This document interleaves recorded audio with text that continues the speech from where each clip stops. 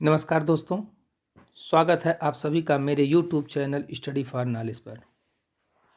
दोस्तों, आज हम सभी लोग देखेंगे कि समित से संबंधित महत्वपूर्ण प्रश्नों को जानेंगे। ये सभी प्रश्न परीक्षा की दृष्टि से बड़े ही महत्वपूर्ण है और विशेष रूप से आपके सामने मैं प्रस्तुत कर रहा हूँ, इसलिए प्लीज़ इसको ध्यान से देखिएगा और समझिएगा और याद कर लीजिएगा, क्योंकि इसमें से प्रश्न पूछे जाने की संभावना है। देखते हैं प्रश्न नंबर 1 कि निम्नलिखित में से समिति कौन सी है? ए परीक्षा, बी संविधान, सी राजनीतिक दल, डी जनता। यहाँ देखना है कि समिति कौन सी है, तो इसमें जो है समिति सी राजनीतिक दल है, क्योंकि राजनीतिक दल की स्थापना कुछ विशेष उद्देश्यों की पूर्ति के लिए की जाती है। प्रश्न नंबर 2 है कि निम्नलिखित में से कौन समिति नहीं है? कौन समिति नहीं है? यहाँ आपको नहीं पर ध्यान देना है, शब्द पर छांटना है कि समिति नहीं है। ए भारतीय क्रिकेट टीम, बी गुप्त मतदान प्रणाली, सी कॉलेज का छात्रावास, डी लोक सेवा आयोग। तो यहाँ पर आप देखिए कि जो ये गुप्त मतदान प्रणाली है ये समिति नहीं है, ठीक है। बाकी सारी समितियाँ के रूप हैं। नंबर 3 हम देखते हैं कि हम समितियों के सदस्य होते हैं, संस्थाओं के नहीं। ये कथन किसका है? ये बहुत ही इम्पोर्टेंट क्वेश्चन है और ये कथन भी बड़ा इम्पोर्टेंट है, कई बार पूछा गया है। ऑप्शन है ए ऑगबर्न एवं न्यूमकाफ, बी मैकाइबर एवं पेज, सी मर्टन, डी रॉबर्ट रेडफील्ड। तो हम समितियों के सदस्य होते हैं, संस्थाओं के नहीं, यह बात कही है मैकाइबर एवं पेज ने। प्रश्न नंबर 4 देखते हैं कि समिति किसी विशेष उद्देश्य को पूरा करने के लिए मिलजुल कर कार्य करने वाले व्यक्तियों का समूह है। ये परिभाषा किसने दी? समिति किसी विशेष उद्देश्य को पूरा करने के लिए मिलजुल कर कार्य करने वाले व्यक्तियों का समूह है। ऑप्शन है ए बोगार्डस, बी ऑगबर्न एवं न्यूमकाफ, सी गिडिंग्स, डी गिलिन एवं गिलिन। तो ये परिभाषा जो है वो बोगार्डस ने दी है। बोगार्डस ने परिभाषा दी है समिति की। प्रश्न नंबर 5 देखते हैं कि समिति समुदाय नहीं बल्कि समुदाय के अंतर्गत एक संगठन है। यह कथन किसका है? समिति समुदाय नहीं। तो ये जो प्रश्न नंबर 3 है कि हम समितियों के सदस्य होते हैं, संस्थाओं के नहीं, उसी तरीके से यह भी प्रश्न है कि समिति समुदाय नहीं बल्कि समुदाय के अंतर्गत एक संगठन है। ऑप्शन देखिए आप कि ए बोगार्डस, बी मैकाइबर एवं पेज, सी ऑगबर्न एवं न्यूमकाफ, डी गिलिन एवं गिलिन। तो यह बात भी मैकाइबर एवं पेज ने ही कही है, ठीक है। आगे हम लोग बढ़ते हैं और देखते हैं कि अगला प्रश्न क्या है। प्रश्न नंबर 6। प्रश्न नंबर 6 है कि निम्नलिखित में से कौन समिति का उदाहरण नहीं है? यहाँ भी आपको ये देखना है कि समिति का उदाहरण नहीं है। शिक्षक संघ, ए शिक्षक संघ, बी भारतीय जनता पार्टी, सी नातेदारी, डी भारतीय राष्ट्रीय कांग्रेस। यहाँ 4 ऑप्शन है, इसमें से ये आपको छांटना है कि समिति का उदाहरण नहीं है। तो आप देखिए शिक्षक संघ, भारतीय जनता पार्टी और भारतीय राष्ट्रीय कांग्रेस, ये तीनों जो हैं वो समिति के उदाहरण हैं। नातेदारी जो है वो संस्था है, इसलिए ये समिति का उदाहरण नहीं है। आगे देखते हैं प्रश्न नंबर 7 क्या है कि समिति एक ऐसा संगठन है जो विशेष स्वार्थों की पूर्ति के लिए बनाया जाता है। इसका उद्देश्य अपने सदस्यों की इच्छाओं की संतुष्टि करना है। ऑप्शन है ए ऑगबर्न एवं न्यूमकाफ, बी बोगार्डस, सी मैकाइबर एवं पेज, डी किंग्सले डेविस। तो अभी हम लोगों ने बोगार्डस की परिभाषा देखी थी और ये परिभाषा है समिति एक ऐसा संगठन है जो विशेष स्वार्थों की पूर्ति के लिए बनाया जाता है। यह है ऑगबर्न एवं न्यूमकाफ की परिभाषा। प्रश्न नंबर 8 देखते हैं कि निम्नलिखित में से गलत कथन बताइए। आपको गलत कथन छांटना है। 4 ऑप्शन है। ऑप्शन ए है समिति व्यक्तियों का एक मूर्त संगठन है, ठीक है। बी समिति में सहयोग एवं संघर्ष दोनों पाया जाता है। सी समिति की स्थापना विचार पूर्वक की जाती है। डी किसी समिति का सदस्य बनना या ना बनना व्यक्ति की इच्छा पर निर्भर करता है। आप एलिमिनेटिव थ्योरी के अनुसार इसको सॉल्व करते हैं। समिति व्यक्तियों का एक मूर्त संगठन है, हाँ, क्योंकि समिति में जो है व्यक्तियों की सदस्यता होती है, इसलिए ये व्यक्तियों का एक मूर्त संगठन है। ठीक है। ऑप्शन सी देखते हैं कि समिति की स्थापना विचार पूर्वक की जाती है। समिति की स्थापना विचार पूर्वक ही की जाती है। डी, किसी समिति का सदस्य बनना या ना बनना व्यक्ति की इच्छा पर निर्भर करता है। समिति में ऐच्छिक सदस्यता पाई जाती है, इसलिए ऑप्शन डी भी सही है और ऑप्शन सी भी सही है। ऑप्शन ए भी सही है। ऑप्शन बी को देखते हैं कि समिति में सहयोग एवं संघर्ष दोनों पाया जाता है। ये ऑप्शन है गलत, क्योंकि समिति जो है वो सहयोग पर आधारित है। समिति में अगर संघर्ष पाया होगा तो उसके जो विशेष उद्देश्य के लिए बनाया गया है वो पूर्ति नहीं हो पाएगी, इसलिए यह ऑप्शन गलत है और इसका आंसर भी यही सही होगा, बी, समिति में सहयोग एवं संघर्ष दोनों पाया जाता है। प्रश्न नंबर 9 देखते हैं कि निम्नलिखित में से कौन सी विशेषता समिति से संबंधित नहीं है। बाकी तीन जो है समिति से संबंधित है, लेकिन एक विशेषता जो है वो समिति से संबंधित नहीं है, वो आपको पहचानना है।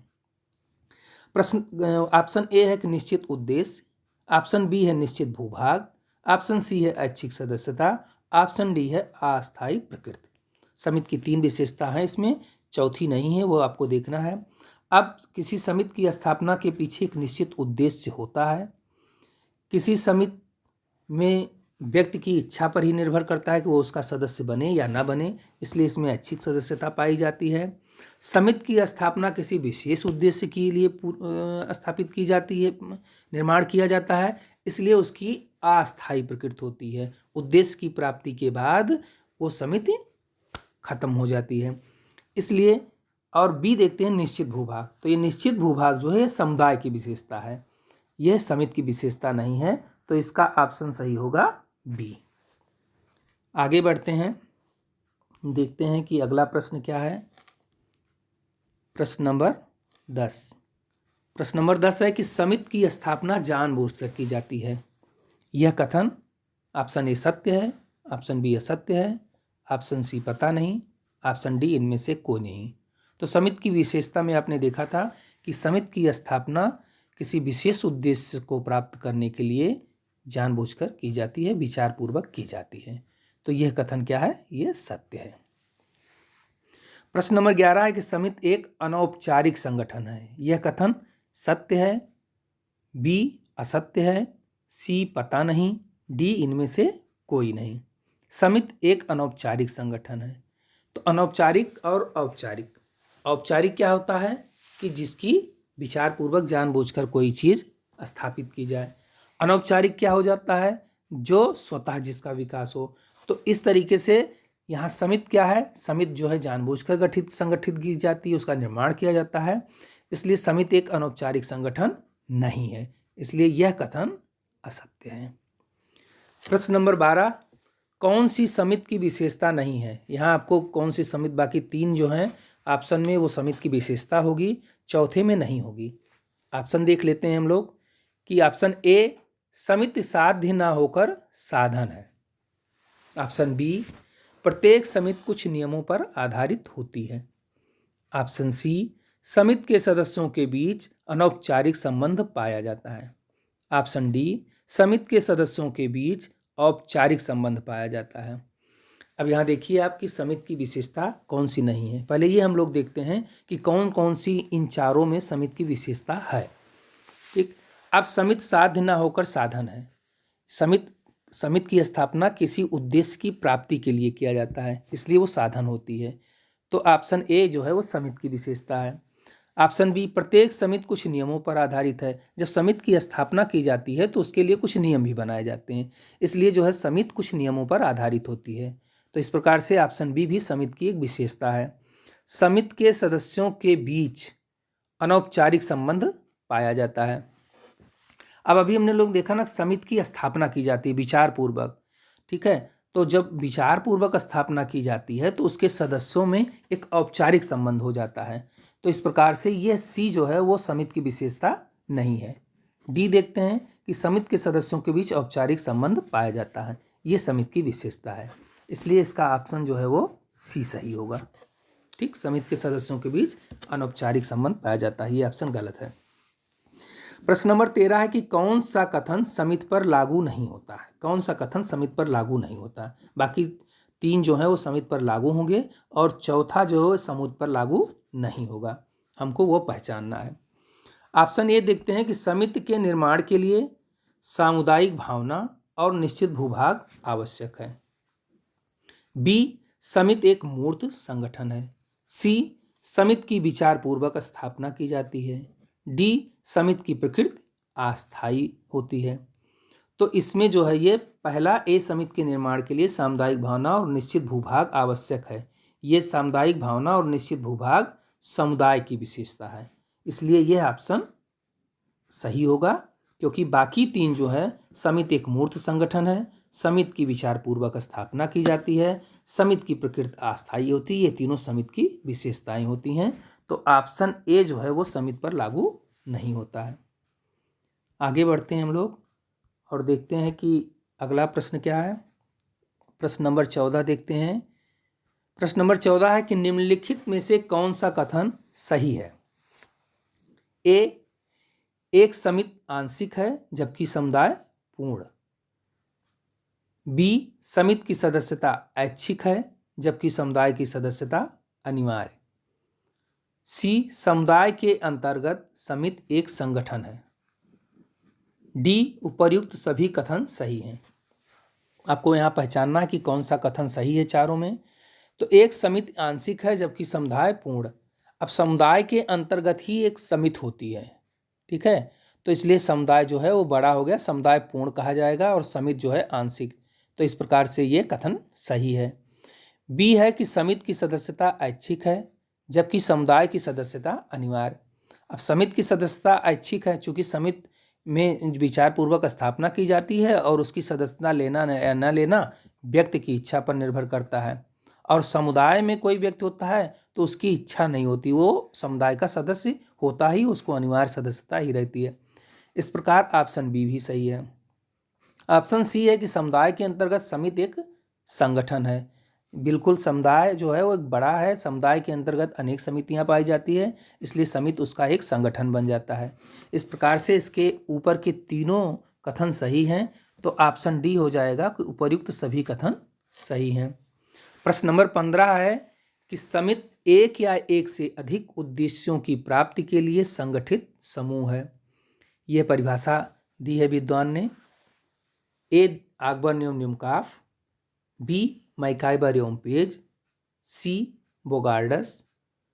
D, Ginsberg. ठीक है, तो ये समिति की परिभाषा किसने दी, इसके आप ध्यान दीजिए कि इसके पहले हम लोगों ने आकबर एवं न्यूमकाफ की परिभाषा को देख लिया था, बोगार्डस की परिभाषा को देख लिया था। तो ये जो है समिति की जो ये परिभाषा है कि एक या अधिक से उद्देश्यों की प्राप्ति के लिए संगठित समूह है, ये बात मैकाइबर एवं पेज ने कही है। ठीक है, प्रश्न नंबर 16 देखते हैं। निम्नलिखित में से कौन सी समिति है, आपको पहचानना है कि कौन सी समिति है। विवाह, नातेदारी। ऑप्शन ए विवाह, ऑप्शन बी परिवार, ऑप्शन सी नातेदारी, ऑप्शन डी सामाजिक संबंध। अब इसमें विवाह, आप देखिए कि विवाह और नातेदारी ये दोनों संस्था हैं। डी सामाजिक संबंध जो है वो समाज के लिए आवश्यक है, समाज के निर्माण के लिए आवश्यक है। बी परिवार जो है एक समिति होता है। ठीक है, प्रश्न नंबर 17 देखते हैं। निम्नलिखित में से कौन सी समिति है। समिति को पहचानना है आपको। राज्य, नगर, राज्य। ऑप्शन ए राज्य, ऑप्शन बी राष्ट्र, ऑप्शन सी नगर, ऑप्शन डी कस्बा। अब इसमें राष्ट्र, नगर, कस्बा ये तीनों जो हैं वो समुदाय की विशेष हैं, समुदाय हैं, और एज राज्य जो है वो समिति है। प्रश्न नंबर 18 है कि समिति के निर्माण हेतु आवश्यक नहीं है। आपको इस सब पे ध्यान देना है कि समिति के निर्माण हेतु क्या आवश्यक नहीं है। ऑप्शन ए है व्यक्तियों का समूह, ऑप्शन बी है व्यक्तियों का संगठन जरूरी, ऑप्शन सी है व्यक्तियों का संगठन जरूरी नहीं, ऑप्शन डी है इनमें से कोई नहीं। अब इसमें से देखना है कि व्यक्तियों का समूह समिति के लिए आवश्यक है। व्यक्तियों के समूह समिति के निर्माण के लिए बिल्कुल आवश्यक है। व्यक्तियों का संगठन जरूरी है, हाँ, जब तक व्यक्तियों का संगठन नहीं होगा तब तक समिति की स्थापना नहीं की जा सकती है। व्यक्तियों का संगठन जरूरी नहीं, ये ऑप्शन गलत है, इसलिए इसका ऑप्शन हो जाएगा सी सही। तो दोस्तों वीडियो यहीं बाइंड अप करते हैं, और ये प्रश्न आपको ज़रूर महत्वपूर्ण लगे होंगे, ऐसा मेरा विश्वास है। अगर आपको ये वीडियो पसंद आया हो तो कृपया कर चैनल को सब्सक्राइब करिए, लाइक करिए, शेयर करिए और बेल आइकन को दबाइए, जिससे कि आपको आने वाले वीडियो भी निरंतर रूप से प्राप्त होते रहें। धन्यवाद दोस्तों।